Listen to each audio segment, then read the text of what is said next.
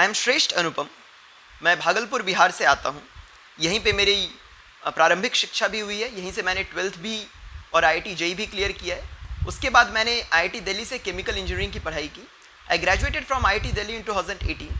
In 2018 I gave my first attempt in the civil services examination, in which I couldn't clear the examination. This was my second attempt and I cleared it this time with All India rank 19th. My father is Mr. Dilip Kumar Amar. He is the operational head of Jaiprabha Mahila Vikas Kendra, which is an NGO. My mother, Srimati Asha Devi, is the treasurer in the same NGO, and she is also a homemaker. Both my parents are very well educated. My father has done his masters in arts in history from Delhi University, and my mother is an MSc in mathematics. अगर मैं अपने preparation strategy की बात करूं तो मेरा सबसे जो महत्वपूर्ण फोकस था वह कॉन्सेप्चुअल क्लैरिटी पर था। तो सबसे पहले मैंने जो बेसिक बुक्स हैं, अगर मैं बात करूं मॉडर्न हिस्ट्री में तो स्पेक्ट्रम और बिपिन चंद्र, अगर पॉलिटी में बात करूं तो लक्ष्मीकांत, इन्वायरमेंट में अगर बात करूं तो शंकर IAS, तो ये जितने भी बेसिक बुक्स हैं उनको सबसे पहले मैंने कोशिश किया कि 2-3 बार पढ़कर सारे बेसिक कॉन्सेप्ट्स क्लियर करूं। और उसके बाद जब मेरे बेसिक बुक्स कंप्लीट हो गए तो मैंने मेंस के तरफ अपना जो ध्यान आकृष्ट किया। मैंने विजन की मंथली मैगजीन्स जो आती हैं उन मंथली मैगजीन से अपना करंट अफेयर्स पूरा किया और उनसे मेंस में मुझे बहुत मदद मिली। इसके अलावा अखबार पढ़ने पर बहुत फोकस किया मैंने। मैं डेली द हिंदू न्यूज़पेपर पढ़ता था और न्यूज़पेपर की एनालिसिस भी, यूट्यूब पे वीडियो भी देखता था न्यूज़पेपर एनालिसिस की। और मैंने अगर मेंस के प्रिपरेशन स्ट्रेटजी की बात करें तो मैंने आंसर राइटिंग पर विशेष रूप से फोकस किया, क्योंकि इट्स फाइनली आंसर राइटिंग जो आपको मेंस में एक स्टैंड आउट कराती है या जो मेंस में आपको कहीं ना कहीं हेल्प करती है। तो मैंने कम से कम GS के 20 से 25 टेस्ट दिए और ऑप्शनल में कम से कम 5-6 टेस्ट दिए। और मुझे लगता है मेरी ये आंसर राइटिंग स्ट्रैटेजी और आंसर राइटिंग प्रैक्टिस ने मेरा सफल होने में कहीं ना कहीं बहुत बड़ा योगदान दिया। GS1, GS2, GS3 और GS4, ये चारों GS पेपर्स जो हैं इन सब की स्ट्रैटेजी बहुत सिमिलर भी है और थोड़ी थोड़ी भिन्न भी है। GS1 की अगर बात करें तो हिस्ट्री और ज्योग्राफी, ये आप जब प्रीलिम्स की तैयारी कर रहे होते हैं तो बहुत हद तक आपकी तैयारी वहीं पर मेंस के हिसाब से भी आपको कर लेनी चाहिए, क्योंकि जो फैक्चुअल नॉलेज है वो सेम रहती है। थोड़े टॉपिक्स ऐड हो जाते हैं जैसे world history, post independence India, जिनके लिए सोर्सेज बहुत ईजिली अवेलेबल हैं। आपको कोशिश करना है हिस्ट्री में, क्योंकि फैक्चुअल ओवरलोड, इन्फॉर्मेशन ओवरलोड बहुत ज़्यादा हो जाता है, तो आपको कोशिश करना है कि आप फैक्चुअल और एनालिटिकल दोनों चीज़ों पर इक्वली फोकस करें। सोसाइटी का जो पोर्शन है पेपर 1 GS1 में, वह मेरे लिए बहुत इतना मुश्किल नहीं था, वह आसान था, क्योंकि सोशियोलॉजी ऑप्शनल भी सब्जेक्ट भी रहा है मेरा और सोसाइटी का बहुत पोर्शन वहाँ से भी कवर हो जाता है, इसलिए GS1 करने में मुझे परेशानी नहीं हुई। GS2 में पॉलिटी और गवर्नेंस और इंटरनेशनल रिलेशंस का के पोर्शंस इंक्लूड होते हैं। पॉलिटी जो आपने प्रीलिम्स में तैयारी की है वो यहाँ पर भी वापस दोबारा बहुत काम आती है, और पिछले 2-3 सालों से सिविल सर्विसेज एग्जामिनेशन में पॉलिटी में बहुत फैक्चुअल क्वेश्चंस भी पूछे जा रहे हैं, जो आप लक्ष्मीकांत अगर आपने पढ़ रखी है या अगर आपके बेसिक कॉन्सेप्ट्स कंप्लीट हैं तो आप डायरेक्टली वहाँ से उन क्वेश्चंस को आंसर कर सकते हैं। गवर्नेंस में वंस अगेन मेरी सोसाइटी की जो प्रिपरेशन थी उसने मुझे बहुत हेल्प किया। उसके अलावा मैंने ARC रिपोर्ट्स की समरी पढ़ी थी और ARC की 4th रिपोर्ट जो है वो मैंने पूरी पढ़ी थी, उसने मुझे एथिक्स और गवर्नेंस दोनों में हेल्प किया। इंटरनेशनल रिलेशंस के लिए मैंने विजन IAS के पिछले 2 साल के मेंस 365 के नोट्स पूरे पढ़े और उन्होंने मुझे इंटरनेशनल रिलेशंस कंप्लीट करने में हेल्प किया। पेपर 3 की अगर बात करूँ तो economy, environment, disaster management, social security और साइंस एंड टेक्नोलॉजी, ये मेजर पोर्शंस है पेपर 3 के। इन सब के लिए मैंने विजन की मेंस 365 का पिछले 2 सालों का बहुत अच्छे से अध्ययन किया, इनके खुद के नोट्स बनाए, विजन के वैल्यू एडेड मटेरियल को रेफर किया मैंने, और अपने जो क्लास नोट्स थे अपनी कोचिंग के उन क्लास नोट्स को भी रेफर किया, इन सब के अपने फाइनल नोट्स बनाए और इस तरह GS3 की मैंने तैयारी की।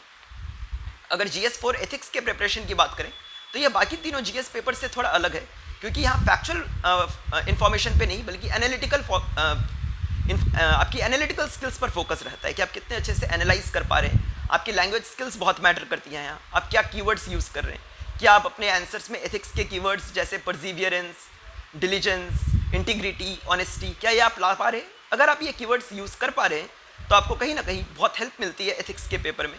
तो चूंकि आंसर राइटिंग मेरा स्ट्रॉन्ग सूट था तो it help me immensely in my ethics preparation. और एथिक्स के लिए मैंने खुद से एग्जाम्पल्स बनाए। मैंने जो मैं बहुत सारी बुक्स पढ़ता हूँ, मैं बुक्स पढ़ना मेरी हॉबी भी है और यूपीएससी के दौरान भी मैंने बहुत सारी बुक्स पढ़ी हैं। तो जो मैं बुक्स पढ़ता हूँ उनसे बहुत सारे एग्जाम्पल्स निकाले मैंने, रियल लाइफ पर्सनैलिटीज़ के, अपनी ज़िंदगी से भी कुछ कुछ एग्जाम्पल्स निकाले, और ये सब मिलाकर एथिक्स के प्रिपरेशन में मैंने अपने इस अनुभव और इस नॉलेज का उपयोग किया, और एथिक्स के प्रिपरेशन में इससे बहुत हेल्प मिली मुझे। अगर मैं बुक्स की बात करूं तो मैंने जितने भी स्टैंडर्ड बुक्स हैं प्रिपरेशन में, जैसे पॉलिटी में लक्ष्मीकांत, मॉडर्न हिस्ट्री में स्पेक्ट्रम और बिपिन चंद्रा, इकोनॉमी के लिए मृणाल और एनसीईआरटी, ज्योग्राफी के लिए वंस अगेन एनसीईआरटी, इन्वायरमेंट के लिए शंकर आईएएस की बुक, तो ये सारे बेसिक बुक्स का अध्ययन किया मैंने।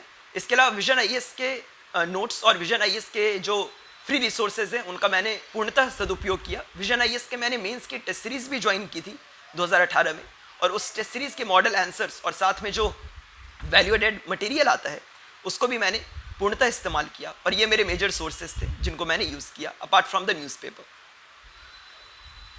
अगर मैं ऑनलाइन रिसोर्सेज की बात करूं तो मैंने दो वेबसाइट्स का मेनली इस्तेमाल किया, आईएएस बाबा और इनसाइट्स ऑन इंडिया। आईएएस बाबा की आईएलपी प्रोग्राम भी ज्वाइन किया था मैंने, और आईएएस बाबा के डेली करंट अफेयर्स की एनालिसिस जो है मुझे बहुत अच्छी लगती थी, वहाँ से मैंने किया। इनसाइट्स ऑन इंडिया की भी करंट अफेयर्स में फॉलो करते रहता था। इन दोनों वेबसाइट्स पे बहुत सारे टॉपर्स ने अपनी स्ट्रैटेजी डाल रखी थी, और उस स्ट्रैटेजी को भी मैं देखते रहता था, वहाँ से गाइडेंस लेते रहता था। इसके अलावा मैंने यूट्यूब पर रॉज की एक डेली न्यूज़ सिंप्लीफाइड नाम की एक सीरीज़ चलती है, तो जिसमें वो डेली अखबार की एनालिसिस करते हैं, वो भी मुझे काफ़ी पसंद आई, और उसको भी मैंने काफ़ी हद तक फॉलो किया। अगर मैं नोट्स की बात करूं तो मुझे ऑफलाइन नोट्स बनाना पसंद था। मैं बुक्स और नोट्स दोनों से मैंने अपने फर्स्ट अटेम्प्ट में नोट्स बनाने पर बहुत ज़्यादा फोकस किया था, लेकिन सेकेंड अटेम्प्ट में क्योंकि मैंने अपने रिसोर्सेज भी बढ़ाए और रिवीजन पर फोकस रखा, तो नोट्स इतने ज़्यादा नहीं बना पाया। लेकिन जहाँ भी नोट्स बनाए मैंने कोशिश की कि बहुत कॉन्साइज नोट्स बनाऊँ, और इस तरह के नोट्स बनाऊँ जिससे फाइनल डे अगर मैं रिवाइज़ करूँ तो वो बहुत जल्दी मेरे नोट्स रिवाइज़ हो जाए। अपना टाइम मैनेज करना इस प्रिपरेशन में एक सबसे बड़ा स्ट्रगल भी है, और इस प्रिपरेशन की कहीं ना कहीं एक रिक्वायरमेंट भी है। तो अपने टाइम मैनेजमेंट के लिए मैंने हमेशा से रूटीन बेस्ड स्टडी की है। अगर मैं 10th 12th आईआईटी या सिविल सर्विसेज किसी भी एग्जाम के प्रिपरेशन की बात करूं तो I have always relied on a time bound strategy, और सिविल सर्विसेज के लिए भी मैंने यही किया। मैं डेली, वीकली, मंथली रूटीन्स बनाता था, उनको फॉलो करता था, जिसमें मैं डिमार्केट कर देता था कि मुझे कौन सा सब्जेक्ट कब पढ़ना है, किस टाइम पढ़ना है, उसे कब रिवाइज करना है, और ये टाइम बाउंड प्रिपरेशन, इस टाइम बाउंड स्ट्रैटेजी ने मुझे बहुत हेल्प किया। अगर मैं डूज एंड डोंट्स की बात करूं कि तैयारी में आपको क्या करना चाहिए और क्या नहीं करना चाहिए, तो देखिए हार्ड वर्क का तो कोई ऑल्टरनेटिव है नहीं। हर किसी का अपना एक फिक्स्ड होता है कि आप कितने आवर्स पढ़ने में कंफर्टेबल हैं। मैं 8 से 10 घंटे पढ़ सकता था जब मेरा दिन हो, और अगर नॉर्मल डेज़ की बात करूं जब परीक्षा बिल्कुल सर पर नहीं थी, तो उन दिनों मैं 6 से 8 घंटा पढ़ता था। इससे ज़्यादा अगर मैं पढ़ाई करता था तो मैं बाकी चीज़ों पर फोकस नहीं कर पाता था, और कहीं ना कहीं 2-3 दिनों के बाद मेरा जो कॉन्फिडेंस, जो मेरी जो अगर मैं बोलूँ जो निरंतरता रहती है, जो कंसिस्टेंसी रहती है, उस पर भी इफेक्ट पड़ता था। तो इसलिए मैंने 8 से 10 घंटे का अपने लिए एक आइडियल टारगेट रखा हुआ था।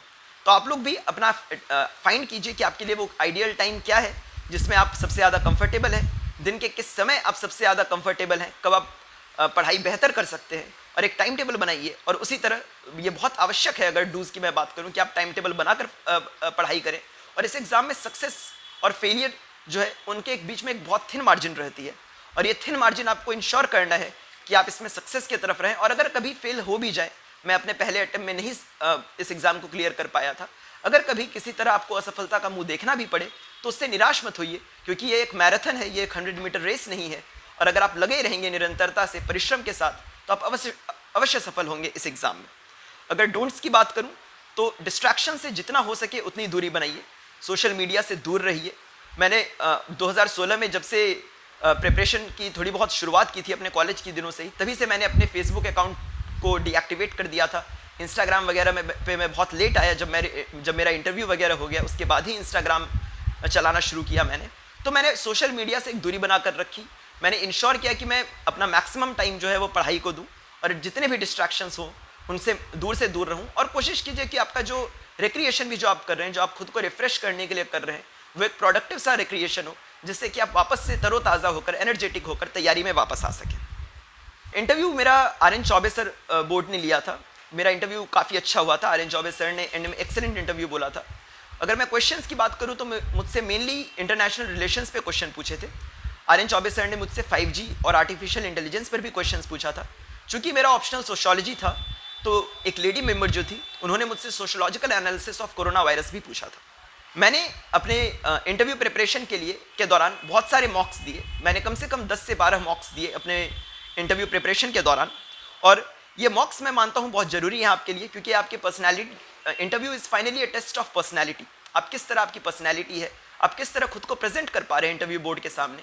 तो ये बहुत ज़रूरी हो जाता है कि आप ये सारी आप ध्यान रखें इन बातों का, आप अपनी पर्सनैलिटी को बिल्कुल जो बेस्ट फॉर्म में प्रेजेंट कर सकें, और उसके लिए मॉक्स देना कंपलसरी हो जाता है, क्योंकि आपको जो वैल्यूएबल फीडबैक मिलता है, जो गाइडेंस मिलती है ये मॉक्स देकर, और एक जो सिमुलेशन होता है एक्चुअल इंटरव्यू और मॉक्स के दौरान जो ये आपको एक्सपीरियंस प्रोवाइड करता है, this is immeasurable and this is definitely. तो मॉक्स देने का कोई ऑल्टरनेटिव नहीं है।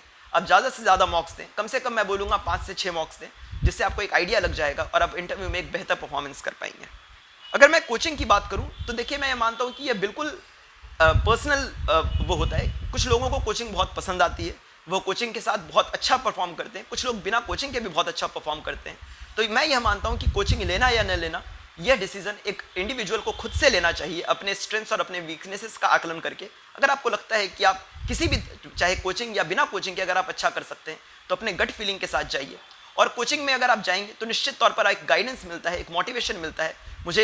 मैंने कॉलेज के 3rd ईयर के दौरान कोचिंग ली थी, और उससे मुझे उस टाइम काफ़ी गाइडेंस मिली थी, एक मोटिवेशन मिला था, और जो मेरी प्रिपरेशन है वो भी काफ़ी स्ट्रीमलाइन हो गई थी।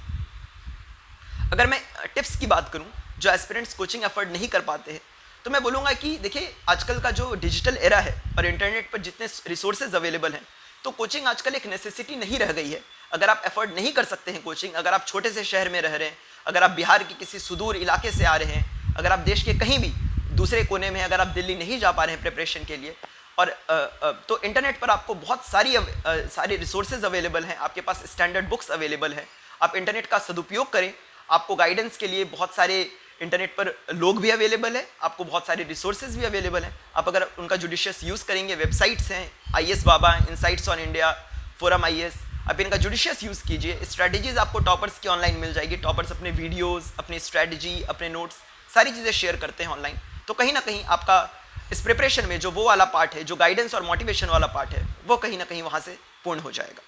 जो आने वाले एस्पिरेंट्स हैं, जो अपकमिंग सिविल सर्विसेज एग्जामिनेशन है उसके जो एस्पिरेंट्स हैं, उनको मैं यही एडवाइस दूंगा कि इस एग्जाम में, जैसा मैंने पहले भी कहा आपसे, इस एग्जाम में हार्डवर्क का कोई ऑल्टरनेटिव नहीं है।